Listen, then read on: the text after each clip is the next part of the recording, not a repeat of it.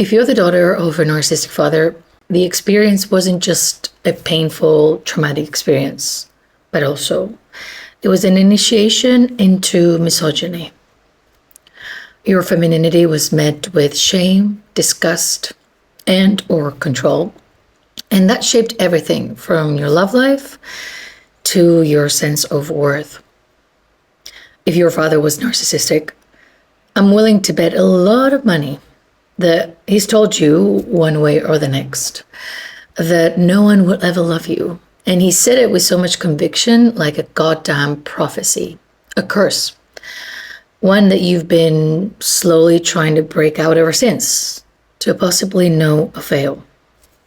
On top of that, adding to this incredible mix of how to mess up a woman's psyche, starting early when she's a little child and a little girl, this experience trained you to seek validation in men who reject you, because that's what love felt like in your childhood.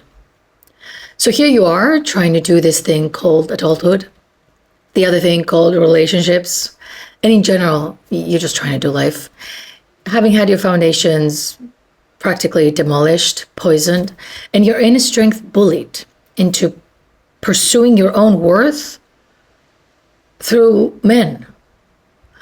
So all of this because the man that was supposed to give you unconditional regard, acceptance, to build you up to what will be the bare minimum expectations to have in love. He messed that up massively, and arguably, most likely intentionally, driven by his own insecurity, unprocessed mother wound, sense of inferiority, and a deep, deep hatred for women. Obviously, having a father wound is one thing, right? The break in attachment and the injury in that attachment with this man determines so much for us. But the narcissistic father wound for women, that's just demolishing, devastating, really, really deep wound.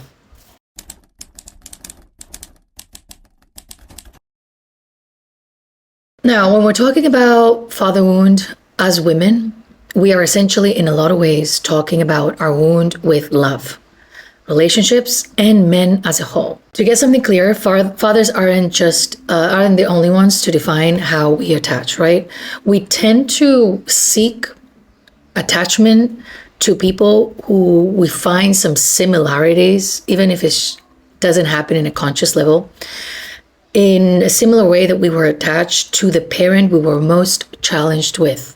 Meaning that in our effort to resolve past wounds, we will play them out in our love life. So for women attracted to men, the father archetype, the father wound, becomes a blueprint for the man that she will be attracted to, but also a defining factor in whether she feels worthy, good enough, and safe in this world. In this video, what I will be touching and trying to help you understand is how having a narcissistic father is an experience that you are still carrying well into your adulthood because of how you've internalized whatever happened.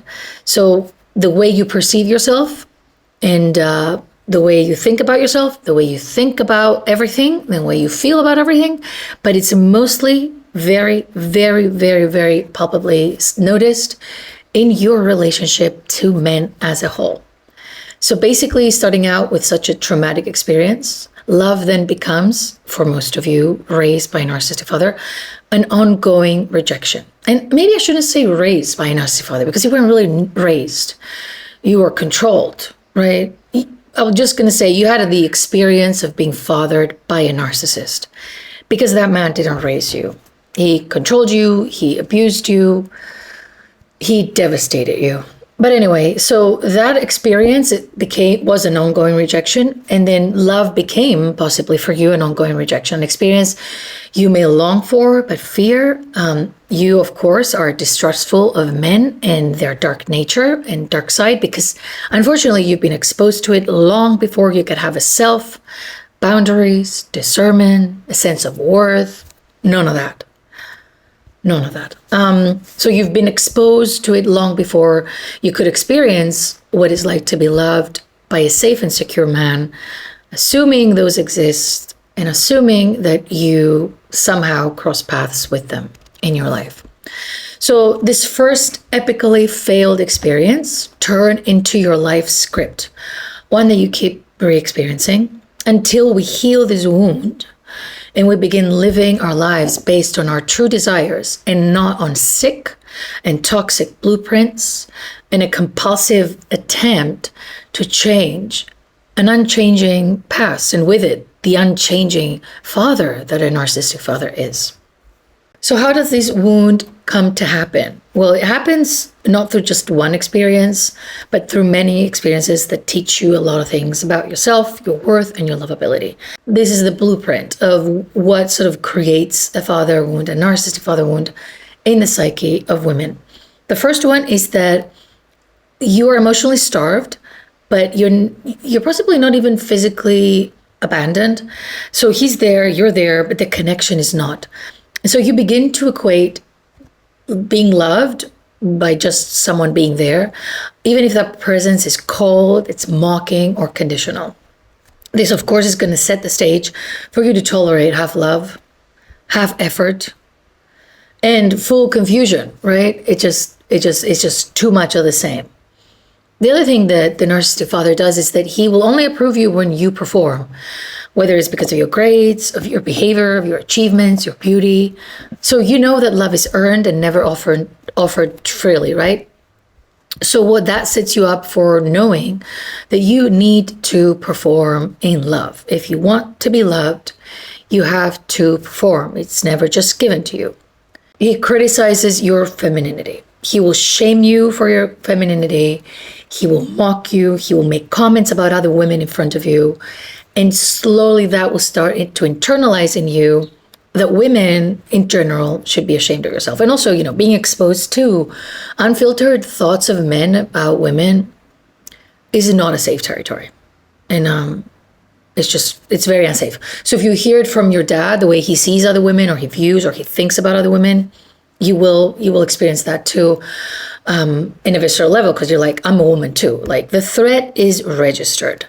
So your femininity will be under attack, and you will be, your confidence will be broken down. You will be silenced.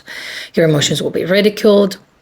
So you will kind of start rejecting your womanhood before you even begin to claim it, right? You're going to start acting differently than what is your natural expression as a woman in an effort not to feel that he treats you in the way that he either treats other women or that you've seen him react towards your femininity.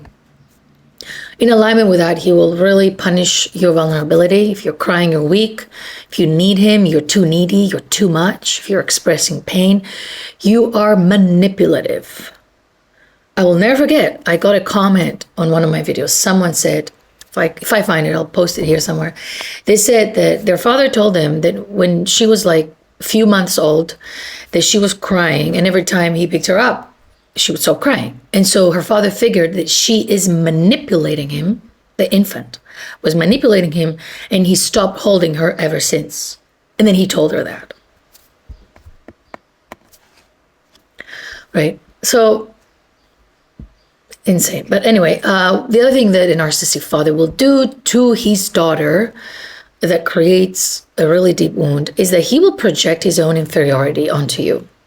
He cannot handle your power. If you're a powerful little girl, if you have your own mind and your own opinion, right? If you're stubborn, if you don't listen to him, if you question him, if you do all the things that you're not supposed to do, he will try to break you.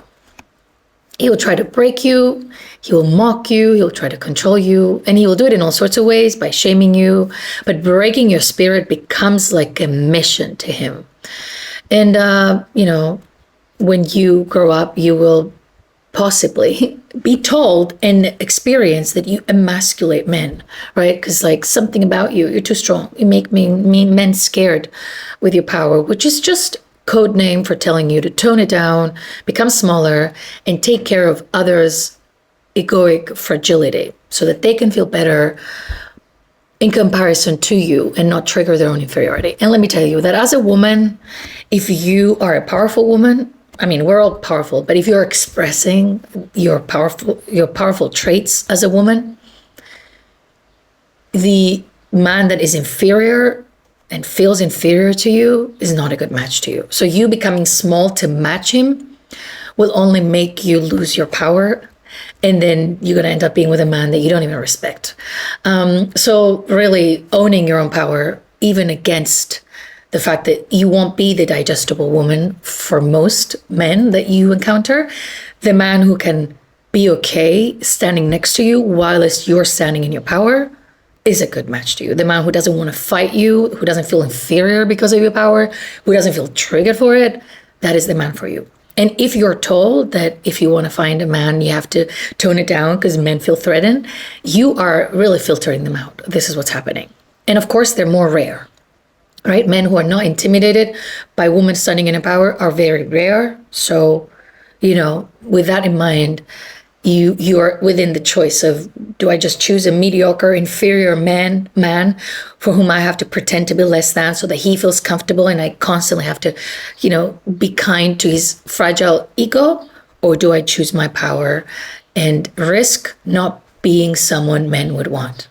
Right? But society would not be able to affect you so much with this messaging about being too much for men or too strong or emasculating them if you had had a father who was not threatened by your own power. So the little girls who are raised by fathers who embrace them in their power and in who they are and don't try to put them into boxes or edit them or try to define them themselves as to who they need to be as women, these girls tend to be unstoppable women, which is an experience that a lot of us here, including myself, did not get. But our power is not lost.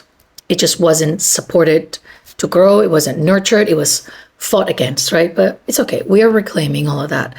Now, the other thing that the narcissistic father will do that creates the wound, the father wound, and this deeper sort of sense of, feeling unworthy, unlovable, from very early on, is that he will shame a lot of your efforts to individuate and to have boundaries.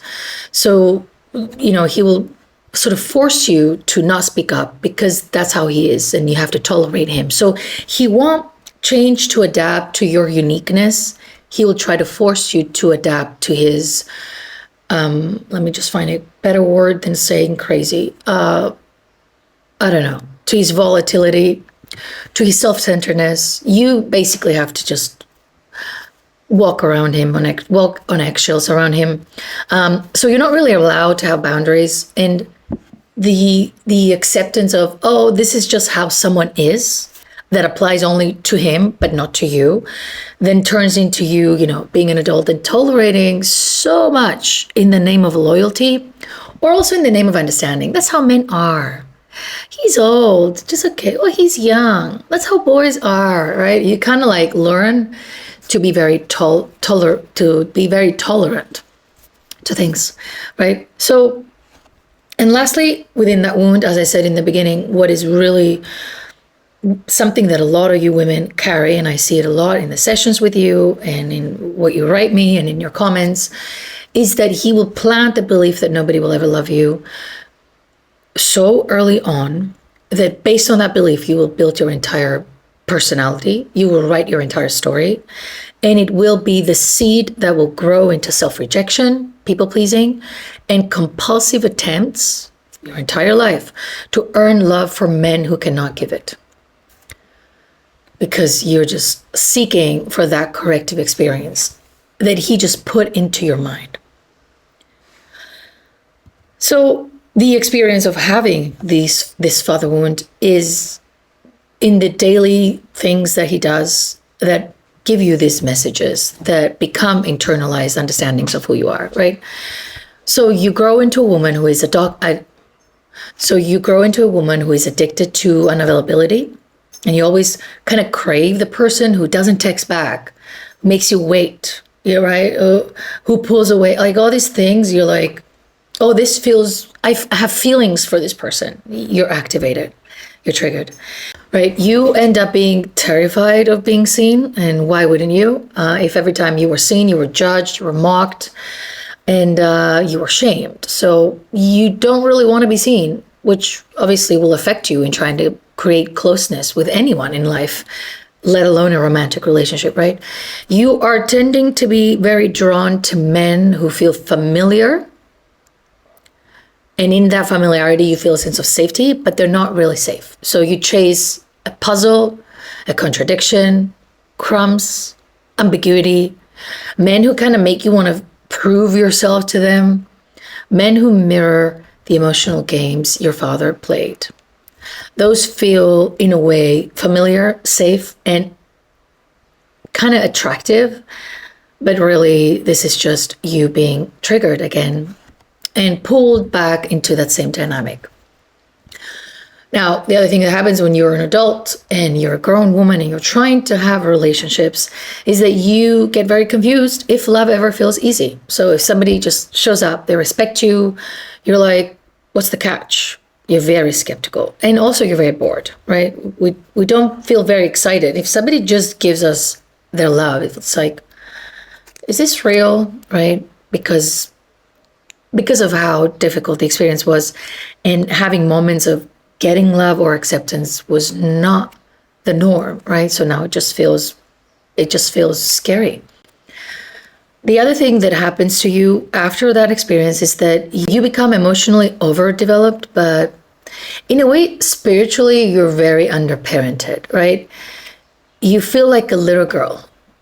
This is to say that you kind of feel like a little girl. So although you know the things and you've grown into a woman, you're possibly succeeding in your life, you're doing the things, deep down you feel like a little girl who just wants to be loved by her daddy. And that's because that stage just remains so unfulfilled that you're stuck there, right? And this is how we can tell that we have trauma in certain areas. It's almost like parts of us are still stuck in time and didn't develop, because you're still waiting to be loved. You're still waiting to secure love. And you're either going to do it through the new men, or it's either going to be done again with your father, right? So many of you are still emotionally tangled with him, trying to earn his love, trying to take care of him, trying to be around him, trying to make it work, which is just the most exhausting waste of our lives. And I say this to my clients too, if you're going to be hurt by a man, you might as well be hurt by a new man who may also come with gifts and give you something alongside of that hurt. He may also give you some good stuff. But trying to get the relationship with your narcissistic father to work is the biggest waste of time, life, and effort ever. Like the result, you know it's going to end. And also just why, like it's just, why is his love so precious, but yeah, so this is something that you are going to be experiencing, and this is like a compulsion that needs to be resolved through how we heal, right? But unless we do, it's either going to be one direction or the next, or maybe even both. So you're still going to try to earn it, and you are always going to be stuck in between the place where you really want to be loved, but also deeply fear love, right? So there's a lot of fear of intimacy here. There's a lot of confusion as to whether you want to go forward or back. Like you pretend you want to go forward, but you actually want to go back, because just intimacy is very, very, very unsafe for women with a narcissistic father. So how do we heal? How do we begin to heal the narcissistic father wound as women? First of all, we have to stop earning the love he never gave us, right? Grieve the fantasy that he'll ever change, apologize, or wake up and see you for the wonderful woman that you've become. It's not going to happen. The other thing that you must do in order to heal from this wound is you need to identify the parts of you that are still performing for him, are still trying to get his love. Whatever it is that you're doing with him in mind, right? This invisible man in your head that still exists and comes through the voice of your father and then turns into your internalized misogyny and sort of patriarchal sort of conditioning, because how he tried to edit you is how society wants you to be edited, and how the world expects you to think about a man's perception of you before you think or own how you perceive or who you are, right? So you're constantly filtering yourself based on, will he approve that? Will he like that, right? It starts from the young age that you're doing that. And it grows into then the man, the boss, the lover, whoever, the world, constantly filtering yourself through this lens of this invisible man in your head that is first installed through your father and then continues to ruin really your life, because imagine that everything you do is filtered by that. So you need to find all these parts that are feeling affected and need to perform to be accepted and loved through the way men view her, and starting with the father. And you need to do inner child work there. Like, you need to really reclaim all these girls. And the orientation would be not to tell her you're perfect just the way you are, whatever, which, eventually it can be that too. But the orientation is to get her to be angry that she was ever given conditions and filters and boxes to fit in order to be loved. So you need to break the silence, right? You need to name the abuse, the neglect, the confusion. You need to feel the rage that you weren't allowed to feel, right? Because all of that rage from being humiliated, dismissed, attacked. But in general, what I want you to do is, as you reparent your inner girl, I want you to show up to this reparenting as a badass woman who is going to tell that little girl what you needed to hear back then, which is, nobody should have done this to you. Humiliate you, reject you, dismiss you.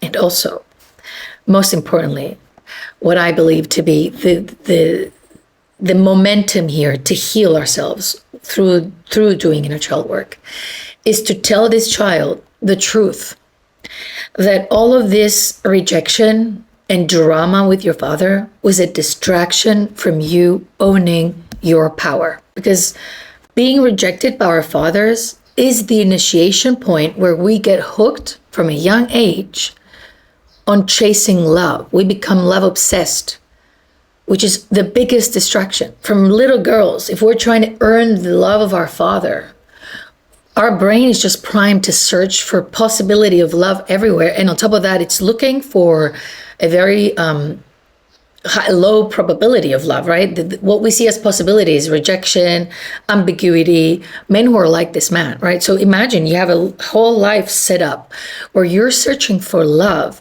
in essentially a blueprint that will never, in a blueprint of a man that will never give you love. So you will waste all your life chasing that love without ever attaining it, right? So if love would be a given fact in our lives as little girls, we would have been so much more self-centered, so much more focused on what we want, and not trying to edit our little selves in order to be chosen.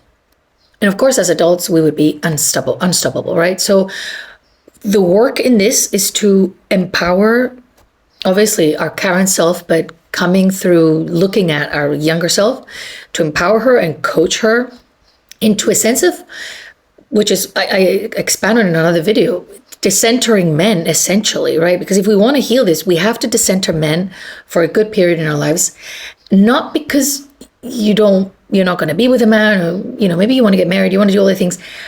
We need to detach from having this internal voice that tells us what men want and expect from us.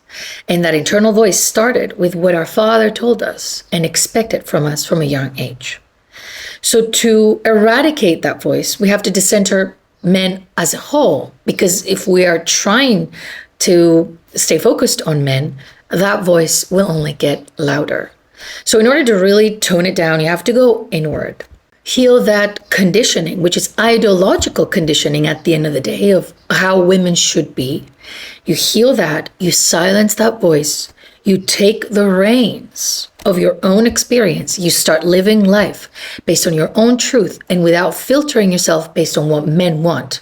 You're becoming not the woman of men's dreams that keeps changing in styles and body types depending on the trends, but becoming the woman of your dreams. You become a woman that the younger you would fangirl over. She would just see you as an idol. She would think of you as the most exciting person that exists. So instead of fangirling or drooling and thinking about men that she wants to be chosen, you want to become a woman that inspires the little girl in you to have you as a role model of an empowered, powerful, strong woman who is in ownership of her own life, right? Because we were taught from little girls that our dreams should be to be chosen, to be married, to have the kids, which is a path, is one of the many paths that we can choose.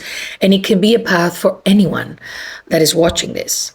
At the same time, in our effort to achieve that goal from little girls, we were told, men like this, boys don't like you when you do that. You should be more this, you should be more that. And then having this narcissistic father indoctrinize you with all of that toxicity and internalizing his voice and self-editing constantly, self-hating, right? Essentially hating your womanhood unless it's doing what it's prescribed to do or what's expected to do with the goal of getting married, right? It's like we were just told this is the path. This is the path for your self-actualization. So we began early on to live lives that facilitate that happy ending, which is not even realistically a happy ending.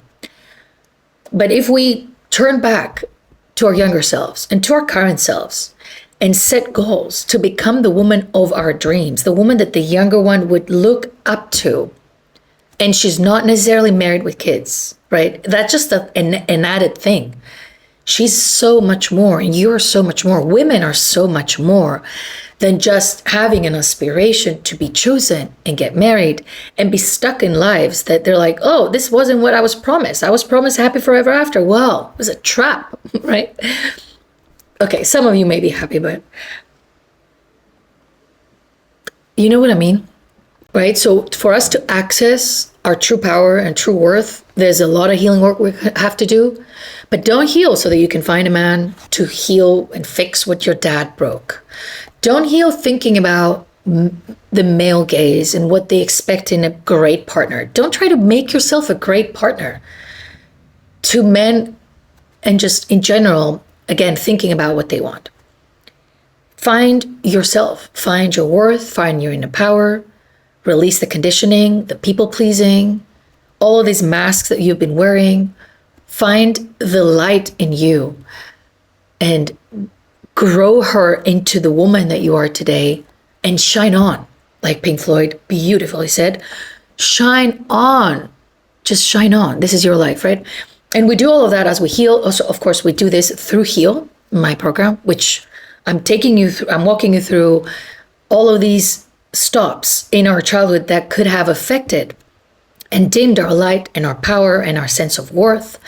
And we reclaim all of these parts and we stand in our power. And then when we stand in our power, we make different decisions about what we want to do in our lives that have nothing to do with trying to earn the love of that unavailable man who you call father, and any unavailable man that shows up in your life, and using that as something that distracts us, makes us sad, makes us depressed, makes us hopeless, rather than really ground ourselves in the beauty of the life that we can create, the opportunities we have, the privileges we have, and how much more we can do with our precious inner strength and inner power, rather than try to edit ourselves or change ourselves or worry about what our father or any man wants, right? That's what I think needs to be done for us to heal our father wound. And of course, it has nothing to do with healing a little relationship with the father or with finding a great man, which obviously, if we have a good relationship with a man, it's going to feel better. But that's not the goal. The goal is to reclaim access to our worth, to our femininity, to our strength, right? To our womanhood, and to stand in that power. So everything he fought to ruin, we reclaim it, and we reclaim it through inner child work. And the thing is that this is not just something that happens in your household, right? This is patriarchal agenda. This is ideological conditioning that comes through trauma, and it's exhibited in how women are taught to show up since they're young, and then we do that for the rest of our lives. So we're already entrained. We are our connection to ourselves is broken so early, and for our entire lives we're looking outward. We're trying to earn, we're doubting ourselves instead of creating, leading, taking up space, choosing ourselves, right?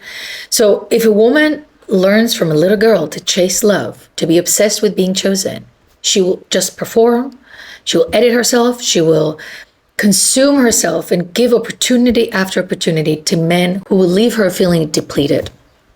A woman who feels the need to be chosen as a way to correct what her father has forced onto her, and that has the belief, right? This belief that she's not good enough, is a woman who will waste her life for the approval of the mediocre, unavailable, and in my experience, extremely underwhelming man that somehow triggers something in us that we consider attraction when it's really familiarity.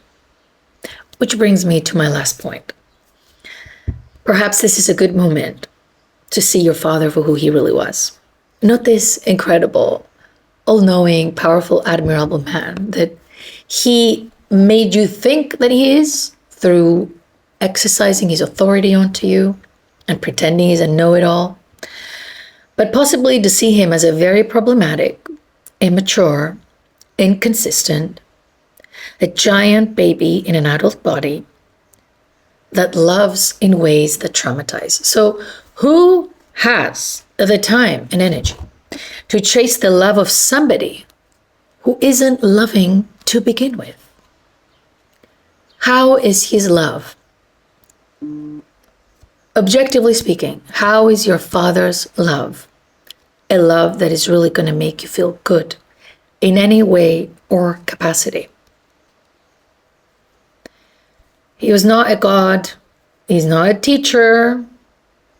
Oh, my dad, I'm so thankful he taught me trauma. That's what he taught you, trauma. He's not a protector.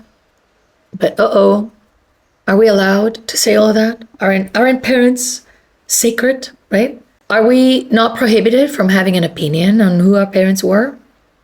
Are we, dare I say, allowed to wonder if our parents, and if specifically for this video, our fathers, were good enough for us? Or do we just have to wonder if we were good enough daughters for them? I don't know. I guess it's good starting to question that and seeing that nothing bad will happen to you, although you've been fear-mongered to not do it. Because this invisible man that lives in your head also can hear your thoughts. You're not allowed to have bad thoughts. He's your father. You should be ashamed. You should be ashamed calling out things for what they are, or seeing this man for who he really is, and owning your power. Actually, don't be ashamed. That's pretty liberating, and I totally recommend it. I'll see you soon.